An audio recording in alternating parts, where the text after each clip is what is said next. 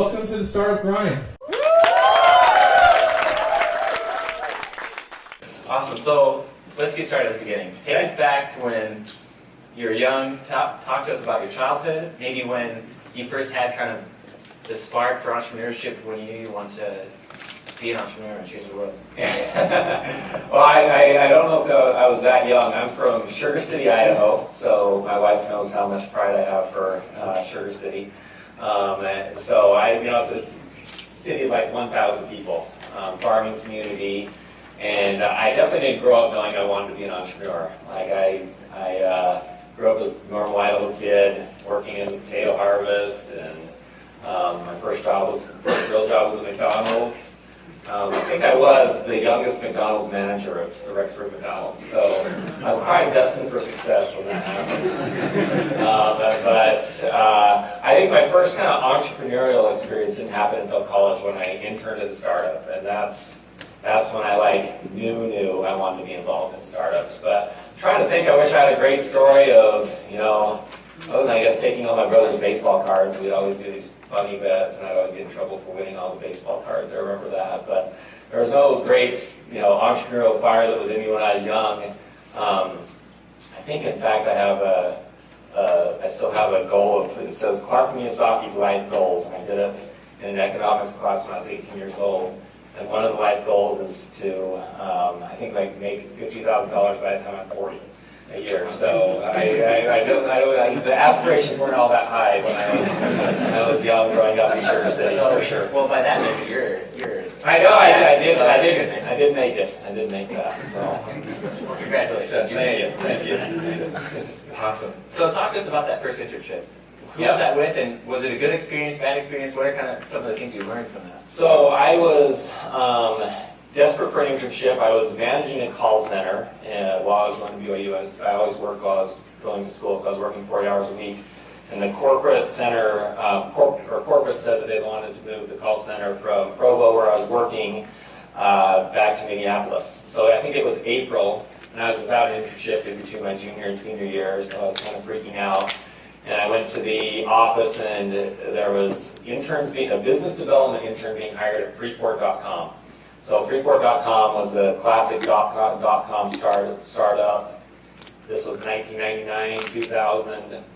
And I remember going there, interviewing, and getting on, and it was, just the greatest thing in the world. It was .com, so we played foosball and catered lunches every day, and masseuses that would come in, and I'm just like, oh, this startup thing is awesome. But of course, as the .coms went, raised $3 million. I think I was, first 15 employees, went to 120 employees, back down to, they hired me full-time after my internship, and then, went back down to 10 employees, didn't get my last check, but just knew, startups were the thing for me. And that was started by a good friend, Jeff Pearl. So, ironically, Jeff and I have now done 5 companies together, probably. Worked together 5 times since that first startup. So I'm pretty lucky that call center moved, and lucky that, Freeport.com was hiring at that time, but that's what kind of lit the entrepreneurial spirit, a failed startup in the boom. Okay, awesome. So that was your first. What happened after that? So you graduated school. Yep. And then what did you do? Graduated school, so, kind of the Sugar City theme. Being from Sugar City, I thought, okay, I know I want to do startups. I know I want to be entrepreneurial. So in order to do that, you have to go work at a big company, get an MBA, and then you have permission to do the startup thing. So I was looking at all the various gigs that were hiring out of BYU school as a finance major. And I chose Ford Motor Company. That's the one I wanted to go to. They paid for your MBA at Michigan, which back then, I don't know if it still is. I think it was, top 8 school or whatever. And so I worked really hard to get that Ford Motor Company job. I wanted it. I studied for it. I talked to guys that got it the year before, and went out to Michigan, and they gave me the offer. And so I thought I was kind of set down the path of going to Ford, getting my MBA at Michigan, and then doing the startup thing. And so, man, how far was I into Ford? Maybe 4 or 5 months into Ford, Jeff called, who was the founder of Freeport, and he had joined a venture capital firm called vSpring Capital. and he's like, hey, quit Ford, come back to Utah, you got to do this venture capital thing. It's amazing. I kind of knew what venture capital was, not really, but I'm like, no, man, I'm on like management track at Ford, they're going to pay for my MBA, like, no. And it took him probably another 6 months, and took a flight out to Utah, and visited with Paul somewhere. Here's Paul. Paul was a partner and the founder of vSpring Capital. And talked me into, I remember I had to take a pay cut. I had to take a pay cut from Ford to come back to vSpring. And like 2 weeks into working at vSpring, I'm like, oh my gosh, why did it take me so long to do this? Like venture capital it was more fun than I thought you could have working. Mm-hmm. So you fell in love with it, but what did it take to convince you? What was it that finally convinced you to leave Ford? I think I figured it out. Well, Jeff is very convincing for those that don't know him. So it's probably him more than anything.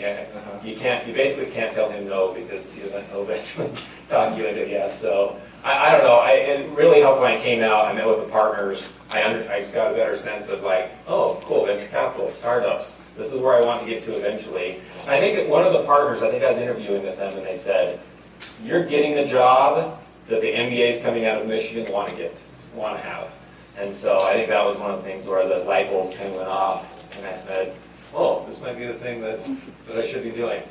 And that's probably why I ended up doing it. Okay. So you're at vSpring, you loved it. What was it that you loved so much about it? What made it so much fun? Well, venture capital, as people know, so we have, as venture capitalists, we have a fund that we invest over a bunch of companies. Like Kickstart, for example, I think we have 40 investments that we've made. So you work with the entrepreneurs, founders, management team of 40 different companies in various industries. I mean, the learning curve of venture capital is unlike anything you can experience in any other job. And so I remember my second day there, I was supposed to do a meeting with, I don't know, maybe it was Paul Ahlstrom, I can't remember. One of the partners and me were supposed to do a meeting. Like I'm, 23-year-old punk, 1 year out of school. I don't know what I'm doing, obviously, but I remember Bob Groh, who was the former CEO of Geneva Steel, came in with 3 people, and the partner canceled on me last minute. And so it was my second day of vSpring, and I'm sitting here like grilling the former CEO of Geneva Steel. They're all in suits on one side, and I probably look something like this. But it looked like I'm 17 probably. And I'm like asking them questions. So obviously you have to either know what you're doing or do a great job of pretending like you know what you're doing. And I felt like, you're pretending, but 6 months into venture capital, you have a decent idea of what you're doing just because you have so many different experiences. Mm-hmm. So I think that's why, it's just a great job to get, and especially for the learning curve when you're young. Awesome. So for all of us students still, we need to it's easy. And they're super easy to get, like venture capital jobs are super fun to get. You just usually have to send over a resume in there. Well, I'm going to change my career. Yeah, it's no problem. Goodness. Okay, so you're at vSpring. Yep. And then your next step was Logoworks? Logoworks, yep. I was at vSpring. Paul and I went down to New Mexico, and we opened up an office for vSpring in New Mexico. And I think when there's a group of us, Gavin was included, that's where I met Gavin as well. But me, Jeff, Gavin, and JD, I think we kind of went to vSpring, and for the first year or so, we kind of had the dream that we were going to be partners at vSpring someday. And after about 18 months of being there, we realized that wasn't going to happen. And so I guess this is going to be kind of a theme tonight. Jeff and I went and we did Logoworks. So Logoworks was actually a deal that vSpring looked at and didn't do. But Jeff was buddies with the founder, and when we went there were, I don't know, maybe 6 or 7 employees then. I don't know when you were there, Ben, but there were not too many people there. It was a startup in the truest terms. And I remember Jeff went first, and one of the funny things about vSpring, he said, hey, the startup's taking off, they're doing like 50 grand a month. And I went there, and it's like 2 cubes of people, and I find out first day, I'm like, oh, how much are we going to do this month? They're like, 9. like 9. So it's an interesting, eye-opening experience. We weren't exactly where I thought we would be, but Jeff has already convinced you. Jeff, yeah, like I said, the theme for the night, Jeff is very hard to turn down, as you'll find out. Yeah, so obviously things turned around, right? Because Logoworks. Oh yeah, no, it's just younger. It was never in a bad spot. It was just really young. So I came into Logoworks, and my job was to run business development. So Logoworks was built basically on Google, like optimizing keywords, SEO, buying the right traffic, and that can only get you so far. And so my job was to kind of take it to the next level, go get a bunch of small business partnerships, and so business development's funny. It's kind of like, what's business development? And for this company, I went out and got companies that had a bunch of small businesses, so American Express with their open card, Office Depot, PayPal, Intuit. So I went and got partnerships with all of those types of companies, and they would send us their companies to do logos. And companies started growing like crazy. I think over 3 years we got up to like $10 to $12 million in revenue before we sold. That's awesome. Yeah. So what are some big takeaways from that? Was that a learning experience for you? Was it kind of you just along for the ride? Oh, for sure learning. I mean, it was my first like real startup. I don't think you can count Freeport. It was my first time where I felt like I shaped the outcome of a company and had a lot to do with it. And it was just a lot of fun. I mean, we had a great team, and it had a cool problem and a solution. Just all the things that are supposed to go right in a startup, they actually went right for the most part. And revenue was up and to the right, and it's just one of those ones where you're like, oh wow, it actually worked. That was crazy, but it worked. That's cool. So after Logoworks, what was next? So we sold to HP in 2007, and then as probably many of you will hopefully know or come to find out, after you sell to a big company, you're usually locked up. So I was locked up for a year with HP, which is also known as, for my wife, as the greatest year of our lives, because my handicap went down, my golf handicap went down 2 strokes. It was a nice chill year, so it was a good little chill year. But I knew I was leaving, so basically I think it was 1 year anniversary ish from the lockup. I had worked with 3 of the board members of Skullcandy, and they hit me up and they said, hey, get business development at Logoworks, come do business development here. And I'm like, I don't know anything or anyone in the music industry.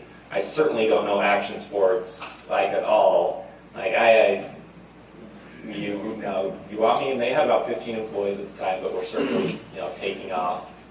And they convinced me to come up there, and so I started running business development at Skullcandy, and then eventually took over marketing as well up there. So it wasn't Jeff that time that convinced you? It was. So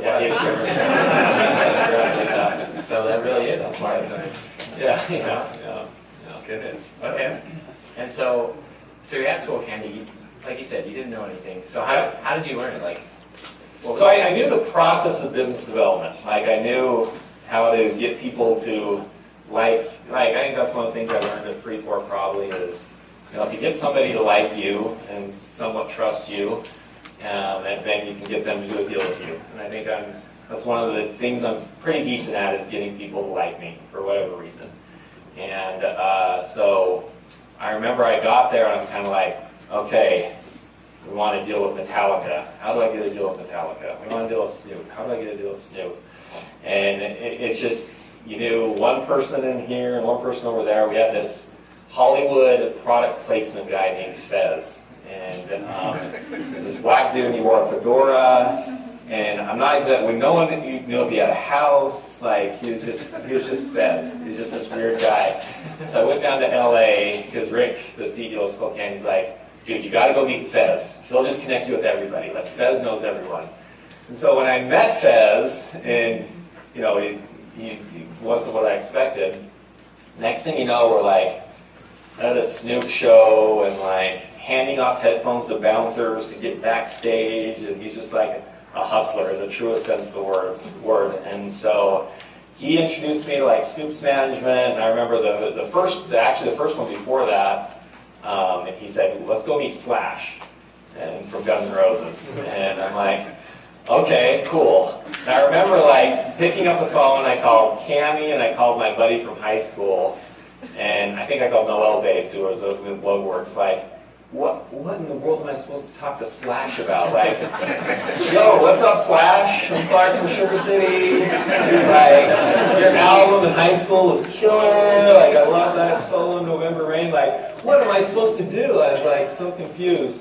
But I don't know, I just kind of figured it out and went and hung out with Slash in his recording studio and backstage with Snoop and his boys, and I don't know, like a little Mormon kid from Sugar City, like living the crazy life for a while, and it just kind of expanded from there. And then about 2 years into the job at Skullcandy, we had gotten big enough where my job became much easier, where people were calling us, and I was kind of choosing which deals to do. But those first 2 years were pretty bananas. But I mean, I got to hang out with, you know, NBA players, rappers, and supermodels for 4 years, so it's tough to complain about. Yeah.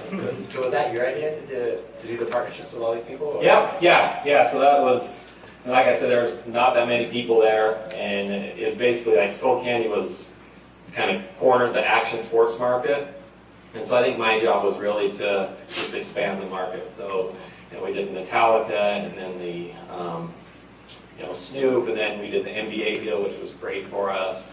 And that's what I enjoyed more than anything. Like, I'm a crazy NBA fan, and I could tell story after story after story of being like, man, 13-year-old Clarke would be dying right now. I mean, I remember I picked up like Kevin Durant and James Harden, Andre Iguodala, picked him up in a limo, took him to Yankee Stadium to go to a Jay-Z show because we had a Jay-Z deal, and like sitting like fifth row and looking down the row, and I'm like, dude, 12-year-old Clarke is stoked right now. And I could just, experience after experience like that. It was just more fun than anybody should have at work for sure. And luckily it all kind of worked out again. Worked out in the end. It was fun. Well, that sounds like it did. Yeah, it was fun. That's awesome. So, did you do real work? I did. No, that's kind of the running joke among my friends and family members. Is like, why don't you really do work? I'm like, okay. First of all, I was crazy work, like traveling 3 times a month, never home. I remember, and I'm sure my wife can tell you, like sometimes I just wanted to give up. Not remembering what hotel room you're in and having to go. So I did a lot of real work. I mean, a lot of it was like contract negotiation. I remember like with our first round of NBA deals, I don't know, I guess this is being recorded, so I shouldn't give actual numbers, but we got like Kevin Durant, Derrick Rose, D. Will, Andre Iguodala, and James Harden. So all stars, all amazing, for like an embarrassingly low number. Like no one would even guess like how small we paid for that, and it was because I was like, hey, we're this little startup in Park City to their agents, we don't have money to pay, we're not like Nike. And then I remember the day our S1 went public, and it showed how much we were doing in sales. We were doing 125, 150 million in sales. My phone was just lighting up like, I cannot believe what you talked me into letting me pay on clients. You gotta be kidding me. Little startup in Park City. Oh, doing $150 million. Nice. I'm good friends with all of them. So yes, I did plenty of like real world work. But, I've got to have a lot of fun experiences along the way. Awesome. So, then you left Skullcandy. Why'd you leave? We IPO'd in 2011, so it was kind of like, hey, we did what we came to do, right? We went, we built the business, we went public, and there weren't that many more deals to do for me, and I ran marketing for a little stint, it's just time, like it ran its course. Like we did it, right? It was just one of those things. It's like cool, and I think I was kind of the first one to leave, and now I don't think there's anybody there on the management team that I work with. It's kind of, I think that's just what happens in startups, unfortunately, in most of them. And once the exit happens, it's probably tough to keep people to stick around. So time to move on. Yeah. So did you know what you were doing when you left, or you just? No, I didn't. But slowly the word started getting out that I was available, and Gavin was one of the people that heard about it, and I worked with Gavin at vSpring 10 years earlier, and anybody here in the room knows how great a guy Gavin is, and so I was like super honored when he asked me to join the fund. He built something great with Kickstart, and it was a good change of pace for me. I was 9 years of like crazy startup world and traveling, 3 times a month, and I already knew, how great venture capital is, and it was just kind of a good fit to end up with Gavin. Did Jeff convince you to take that one? Or? No, I felt so bad though that I told Jeff no to go to Stan Socks that I did end up like moving to California and working for Stan's for a little while just because of the guilt. That's all you know. Yeah. So cool. Okay, so now you got Kickstart. Yep. So what is it? Now we've had Gavin here. He was our speaker a couple months ago. So yep. We've already heard about the awesome stuff you guys are doing here. But to you, what is it that you hope Kickstart establishes? I mean, for Utah, what do you hope that it does? I think it should. It's funny because you wouldn't think of like venture capital funds as brands, and I think most people say, "Oh, Clarke, you do branding or whatever." And I would have never thought that either, but really, it's a tribute to Gavin, and I think it's probably pretty close to there. Like all you want as a venture capital fund is for when people like you in this room are raising money, for them to think of, man, that would be so cool if I could Kickstart my deal. And I think we're actually pretty close to getting there for Utah. I think when most entrepreneurs think about raising a seed round and, hey, I'm ready to bring in the first institutional money, I think people are thinking Kickstart. And it's, like I said, I can brag about it a little because it wasn't me. It was totally Gavin that started in 2008.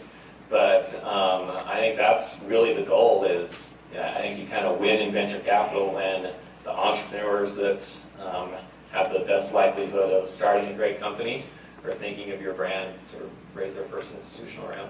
So how have you guys created that brand? What is it that you've done to really? Well, like I said, I won't say we as much as Gavin because I joined. Gavin founded the fund in 2008, and then I just started coming to the office, a little over a year ago.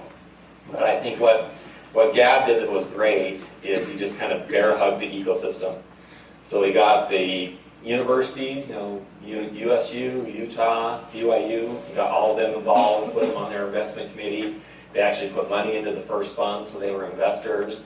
In our second fund, we have all of the biggest angel investors in the state that are super committed. And now they're, it's kind of to the point where they're like, hey, if Kickstart's in, we're in. And so we kind of bear hug the universities, bear hug the angel investors, and got everybody that like truly cares about the entrepreneurial ecosystem to care about Kickstart. And once that happened, I think it's just slowly but surely, gain steam, and hopefully we're probably at the point where hopefully we don't screw it up somehow. Mm-hmm. That's awesome. So now that you're here, Yep. Looking back, you've obviously had a very successful career. What is it? Do you think there's one or maybe two things that have really helped you be that successful? Or Well, there's one thing over everything, and it's luck. Like the element of luck is crazy. Like I think you just have to take advantage of every situation that comes to you.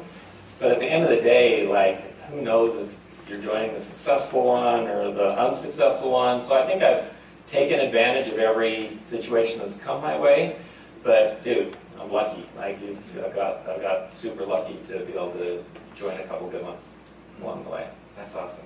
So Jeff's name has come up a lot tonight. Yep. So would you consider him a mentor? Yeah, for sure. I mean, he, for whatever reason, he loved this little kid from Sugar City, Idaho when I was a business development intern, and so. He's been a mentor. I mean, there's lots of guys that have been mentors. Like Paul, he was kind of, I don't know, my boss, I guess, or our partner. Like every partner kind of glammed on or got an analyst and an associate. And I mean, I don't know how many hours we spent together. Probably definitely more than me and Cammie spent together over those 2 years. That's for sure. And so he's been great. And like the two entrepreneurs that I got to watch, Morgan at Logoworks, who. Like, I don't have the guts to be a true entrepreneur. Like, I don't have the guts to go start my own thing and put everything at risk. and like Morgan's a guy that can do that. Rick at Skullcandy, he had like 2 different sheriffs knock on his door to foreclose on his house because he had put every penny he had into Skullcandy.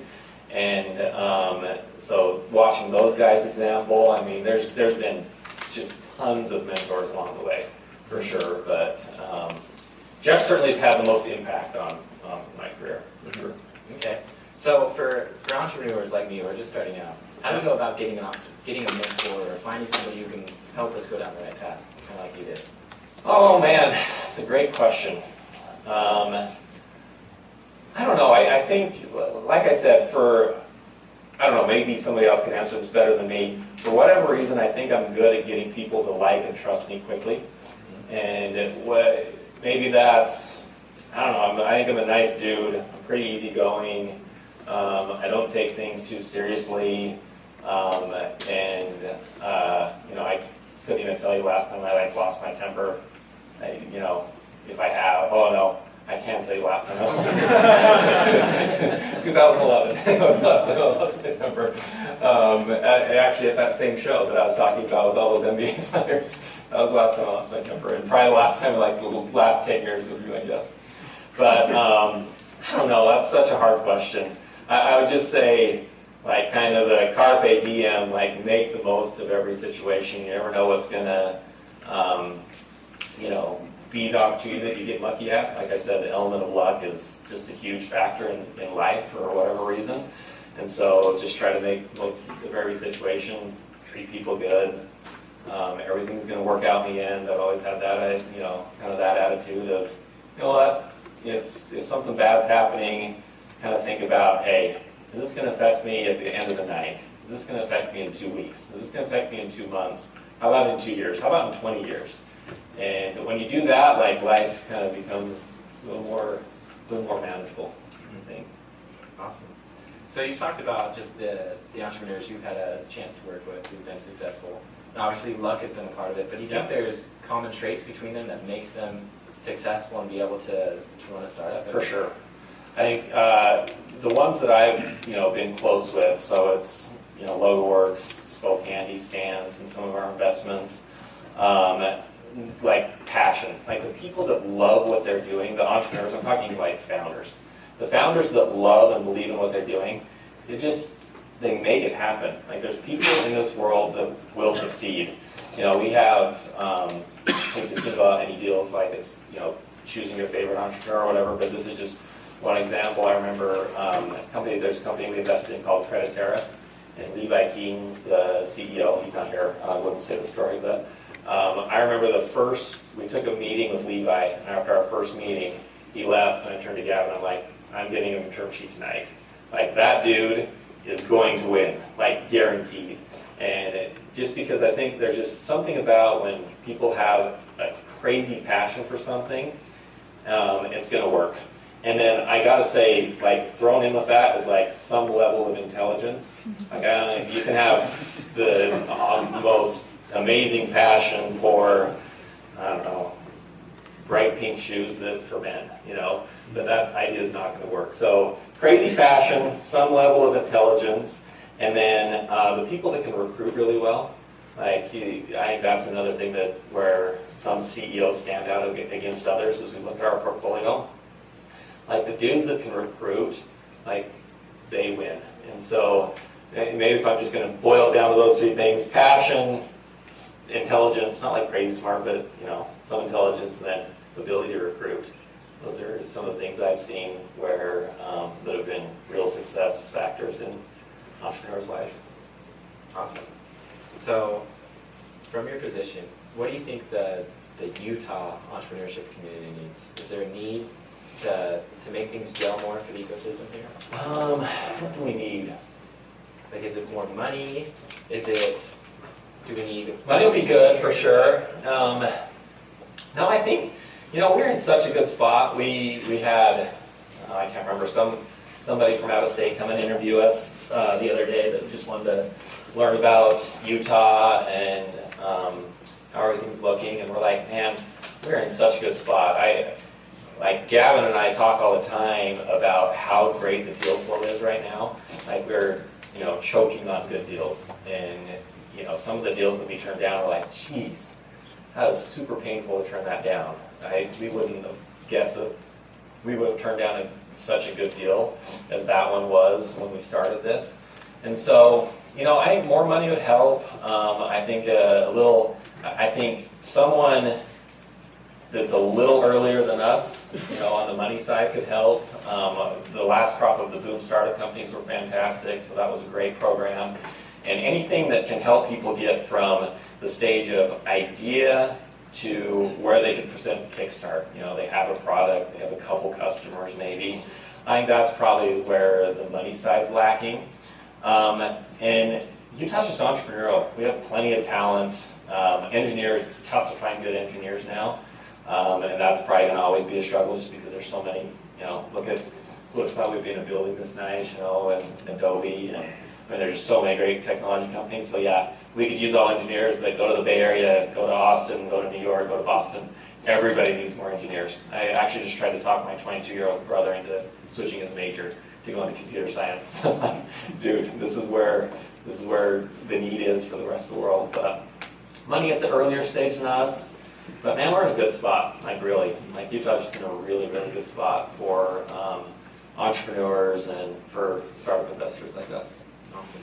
All right, so going to open it up to the audience for questions. I do have one more question for you. Okay. So, do you see any possible business opportunities that, as entrepreneurs, we could solve from your position? You get to see a lot of different companies and what they're doing. Is there some place, some niche market that you think could use some work? Sheesh. I should have prepared more for that question. Is there some niche market that could use some work? I don't know. That's a really good question. I think the best companies are the ones that solve the simplest problems.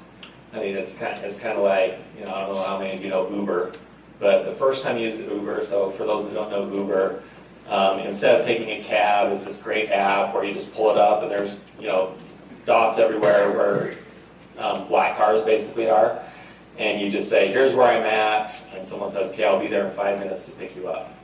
And the first time I used that, and if everyone's been in New York, like half the time you can't find a cab, you're waiting outside. And the first time I used Uber, I'm like, oh my gosh, that is such a simple problem to solve, and I think they were just valued at, I don't know, I can't remember how many billions of dollars. But I think that's probably the thing that I would focus on is, am I solving a simple problem? Whether that simple problem is, managing security of your database at work, or whether it's, with socks, my socks aren't cool enough, I'm sick of wearing white and black socks, or whatever it is. I think if you can solve something that's more simple than you think, then that's probably the niche you should choose. I wish I had a better example. Sorry, that was a pretty bad answer. That's good. Thank you. Anybody have questions? Go ahead. Go ahead. I just have to say, security wants to know who owns the F-150, the black one parked out front. You didn't move it. It's not really a question, so. So I'm wondering, what is the advantage of taking venture capital money over bootstrapping? I know there's a big one, but can you explain that? So we love to see companies that have bootstrapped to the point where venture capital money will make a difference. And I think that's our answer, honestly. We see a ton of companies come through. I don't know how many dozens of companies we talk to on a monthly basis. But a lot of times we tell them, hey, you're in a much better spot to bootstrap. We're going to take way too much of your company right now. Go bootstrap until you're to the point where gas on the fire is going to make a difference. So I think where venture capital does have an advantage over bootstrapping is you can just grow a lot quicker. Let's say there's a potential competitor. It gives you a buffer against that competitor, and you can get that far ahead of your competition. But I'm all for bootstrapping. But we definitely have seen examples of people that have bootstrapped too far, where if they would have taken venture capital, they could have become the market leader, and because they didn't, somebody surpassed them. So I'm kind of a fan of bootstrap to the point until you've proved your model enough where the money's going to make a difference. And that's the place where venture capital really helps. And you'll see in some of our companies, venture capital adds a little bit of credibility. You get $1 million on your balance sheet, and it's easier to get biz dev partners. It's easier to close that deal with an enterprise. So venture capital definitely has a place, but I think we're all for bootstrapping as much as possible until it starts to hurt you. On a related note, you mentioned some companies that were painful to turn down. What are some of the reasons that you do turn down companies? Right now, most of the time it's just competitive. They might be really good, but they're not as good as the next one. And it might be the market size is too small. When we look at companies, we look at 4 things. Market, how big is the market? Is it growing? Product, are you solving a real pain, or are you doing something that's something nobody really cares about? Team, where are you at in your life cycle of the team? Have you done this before? And then the deal. Like, we've turned down a bunch of deals because of simple deal terms. The valuation didn't match where we needed to be. And so the reason we turn down can be any of those 4 factors, but that's what we're looking at. But, these ones that we think are good, usually they, kind of might check all those boxes, but just not check them as well as, company B that we found. How much does it matter kind of what time you get that deal? I mean, if you're choking on deals, is it, Yeah. would you say come back in 6 months, or is it like, one and done? We have a lot of return customers, for sure, that we didn't fund. We're happy to take more meetings. I would say it's one and done unless something is changed. We'll have a lot of companies, hey, can we come back in and pitch? Generally, it hasn't changed that much. If something has truly changed, like, hey, we made a pivot, we thought we were serving this market, but we're really serving this, and now we have 4 pilot customers on board, yes, please. And we have a lot of people recycle, and that's fine. We'll take those meetings, but I would say it's not one and done if something has changed in the business. Probably what that's next. I got into the details of what you lost your temper about. Okay, no problem. So we had this limo driver that dropped us off at the Jay-Z show, and I have 5 superstar NBA players, and so I told him hey, I'm going to text you when we're about ready to leave the stadium, and because traffic is crazy, there's 100,000 people in the stadium, so I texted him and. We made it through the crowd and we got in this building, and it was this glass building. And sure enough, people start to see these NBA superstars in the building, so the crowd's starting to gather, and my limo driver, he was parked where he shouldn't have been, and so he was further away. So first of all, I'm like, hey, are you here? He's like, no, I didn't, I messed up, and so I was already mad because we were 30 minutes in this glass building, and the crowd's just starting to grow outside the glass building, just waiting for these guys to go from the glass building to the street. And so it's just not a good look already. And so I'm like, hey, call me when you're here, and we're gonna run, and I have this strategy or whatever. So he calls me, and he's like, I'm here. I'm like, okay, and I said, and I could see it was a white stretch armor or something, I can't remember. And I can see this white, big white limo coming. I'm like, okay, great. I'm like, let's go, let's go. And so we all get out, and of course they're getting mobbed. I'm like, let's go. And this white limo just passes right by me, and it wasn't him. So he wasn't there. So I called him, and he's like, oh, I'm 10 minutes out, and these guys are just getting killed. And so I have to take him back, and I remember an agent's like, dude, are you serious right now? And I lost my temper on the phone, and that was the only, yeah. Lost my temper. It's funny that was it. That was it. He kind of messed up my night, or potentially messed it up. My goodness. I actually have a question. I would say a real question, another question. Yeah. You mentioned something about being lucky. Yeah. That's kind of the number one thing. So I'm not sure I like that answer. Because Okay. A, you're either being too humble, right? Or B, that means that some of us may not get that luck. Do you think that that's something that it's just a matter of recognizing it and then doing something with it? Or there's some people that just seem to have better luck than others, you think? Yeah, wish I could say it's more of maybe I don't feel like I'm being too humble. Like I said, dude, I was a kid from Sugar City, Idaho. I went to BYU. I got no idea, I'd be able to have the experiences I've had. And I don't feel like I really did anything other than like I worked my butt off. Like I was 40 hours a week during college. Like I knew I wanted the Ford job. I studied how to get it. I talked to people how to get it. You know, the case that you have to create. Like I spent tons of time on it. So, you know, there's obviously some qualities that you have to have, and look, luckily I think I have some of those. But man, I really do think like luck really does play like that big of a role in things. And I don't know, maybe it's a cop-out answer, but I really do believe that. There's a great quote that says, the harder I work, the luckier I see to be.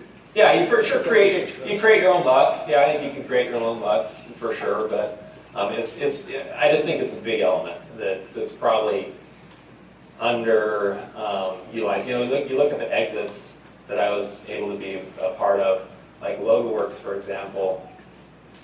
I mean, we grew really fast, but the growth was really starting to slow down, and it was to the point where I was like, man, it's either going to be a down round potentially, you know, running out of cash. And, you know, I had gotten HP as a partner about a year before. And then we sent in, you know, the master salesman, Jeff. And he talked HP into paying, you know, more than 5 times our revenue. And we were 3 months away from kind of bad things happening. And I remember I was looking at jumping as a CEO at another company. Ryan's in here somewhere. And, you know, without HP, that was lucky. I mean, we got lucky that they were there at the right time. They were making all these acquisitions, just like you had a pulse somewhere in our market. That was lucky. You look at Skullcandy. Like, it was a headphone company, a cool headphone company, amazing idea, right? Had the table stakes of an amazing idea. You went to Best Buy back in the day, and there were black headphones, silver headphones, and if you were lucky, a black and silver headphone, right? There's no lifestyle on them. So Rick had an amazing idea, worked, sacrificed, all that stuff, but he also had, right, like 2 years after he started the company, he had this little thing called the iPod get invented. And what did that do to us? Like, everyone had to have headphones. Like, everyone had their own personal music player. That was lucky. Like, Skullcandy is nowhere near the company it would have been had that not happened. So, you know, I can point to all the things that we did right and all the hard work, but in both those scenarios, like, there was a lot of luck involved. I'll be quiet. Yeah, I know. But, So, as you guys are looking at opportunities, do you feel like tech or SaaS is too oversaturated? I mean, do you see too much of those, or what are you guys looking for and what's popular? I know in this market we have a lot of good ideas. I think if you just look at our portfolio, probably 80% of it's tech, and a decent majority of that is SaaS. So we love those businesses. I mean, they fit, I think, what Utah brings, where you can go out, you can prove your model really quickly, and as you gain customers, you know, it's easy to grow. We love those models, so I don't think they're oversaturated. Well, Steve Blake said Facebook has killed entrepreneurship because now people are looking for investments that can potentially have an exit in 36 months. Do you think that that's a realistic? I think it's going away a little bit. I mean, there's still plenty of exits happening in 36 months. You know, we had Grow Social. That was kind of one of those examples. It's just we invested. It was up and to the right the whole time. It was a tech SaaS play. Up and to the right the whole time. It got acquired 14 months later, and it can still happen. But I think I don't agree like Facebook's killed entrepreneurship or anything like that. I mean, if you have a great idea, you go get customers, the business working, you're going to get bought. You know, it's a pretty easy formula. We love tech SaaS. We like other stuff. We have, you know, electric bus technology that came out of Utah State that like solves a real problem. We have, you know, EcoScraps is a great company that, you know, turns fruit and vegetable waste into compost. So I think, you know, we're open to about any idea, but, you know, you look at the portfolio, 80% of it's tech, and the big majority of that's SaaS. So I don't think it's oversaturated. Bring us all the tech SaaS deals that keep growing up and to the right. Bring them to us all day. I think we have time for one more. What's your biggest anti-portfolio company that, like a notable company that you passed on that now you're like, oh, dang it? Oh, well, Gav, which one do you want to do? I don't know. HireView? Probably HireView. So HireVue came to us, and I think it was a no overvaluation, right? Yeah. It was a no overvaluation, and as you guys might, Peterson actually ended up doing the deal. But I think HireVue is probably the biggest regret, because they just raised $25 million from Sequoia last month, and I think the valuation squabble was over, is it 2.5 or 3.5 or something like that. So, that would have been a 40x return or something like that at this last valuation. So that's probably the one I think that might sting the most. There's others for sure. There's definitely others, but HireVue probably sticks out as the one that has billion-dollar potential, and we passed on it back in the day. Hopefully there's plenty more. I think that's one unique thing about venture capital is how can you remain somewhat liked when we are saying no, literally 99% of the time. It's probably 1 to 100. And hopefully a bunch of those 99 are shoving it in our face someday and super successful. Give it up for Clarke, you guys.